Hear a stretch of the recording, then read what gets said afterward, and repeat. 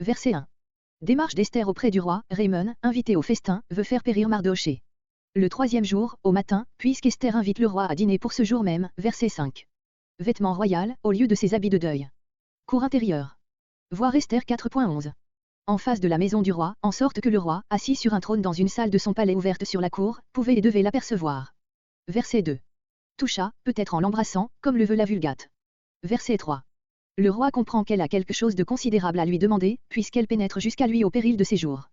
Jusqu'à la moitié. Voir Marc 6.23 et Hérodote 9, 109. Verset 4. Esther ne répond pas. Elle ne répondra pas même le soir, lors même que le roi l'aura de nouveau invité à parler. Elle ne le satisfera que le lendemain, Esther 7.3 et suivant. Elle veut d'abord s'affermir dans la faveur du roi. Avec Raymond, qu'elle cherche à plonger dans la sécurité et qu'elle veut en même temps empêcher de rien tramer en secret avec le roi. Verset 5. Pour faire ce qu'Esther a dit, qu'Aman vienne, puisqu'Esther l'invite. D'autres entendent, pour que mon grand vizir soit présent et que l'on puisse de suite exécuter ce qu'Esther m'aura demandé. Verset 6. Quand on en fut à boire. Pendant le repas le vin ne jouait pas un grand rôle. On ne donnait à boire que de l'eau du choaspe qu'on faisait bouillir pour la rendre plus légère et pour la conserver plus longtemps et qu'on gardait dans de grands vases d'argent qu'on portait partout avec le roi. Mais le repas terminé, on restait à table et l'on se mettait à boire tout en mangeant des fruits. Hérodote 133. Alors, dit Calmet, on attaquait les liqueurs comme on aurait fait un ennemi. D'après ce que rapporte Hérodote 9, 111, il y avait en Perse une loi qui interdisait au roi de refuser les grâces qui lui étaient demandées pendant le festin royal. Dans ce cas, Esther n'aurait risqué sa vie qu'en présentant une requête en dehors d'un festin royal. Esther 5.2, Esther 8.3. Verset 7. Ma demande et mon désir, pour le moment, c'est que le roi accepte une nouvelle invitation pour demain. Alors je déclarerai mon vrai désir. Verset 9. À la porte du roi. Voir Esther 4.4, note. Esther ayant consenti à parler au roi et le jeûne étant passé, Mardochée avait dépouillé ses habits de deuil et repris à la porte du roi à sa place accoutumée. Esther 2.21. L'irritation d'Aman augmente en raison des faveurs croissantes dont il est comblé. D'ailleurs Mardochée ne lui refuse plus seulement des hommages extraordinaires. Verset 10. Se contint, en se disant que les choses changeraient bientôt. Ses amis, qu'il consultait et auxquels il ouvrait son cœur. Eresh.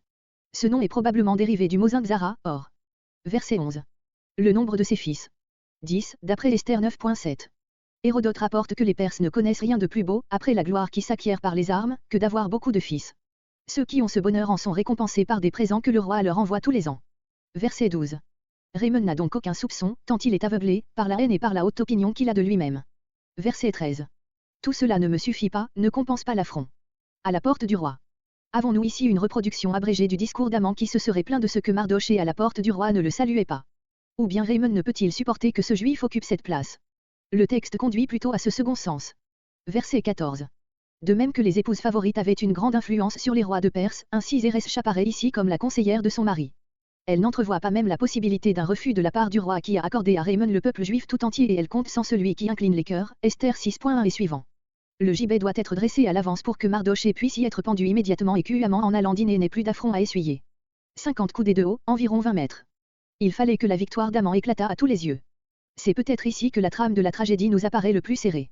La foi a déjà remporté une victoire, Esther n'a pas été mise à mort. Mais que d'atout encore dans les mains des ennemis des Juifs. Les craintes de ceux-ci et l'orgueil d'Aman sont à leur apogée. Heureusement que dans ce qui suit l'invisible main de Dieu va se faire sentir, comme on l'a vu lors du festin de Belsatsar.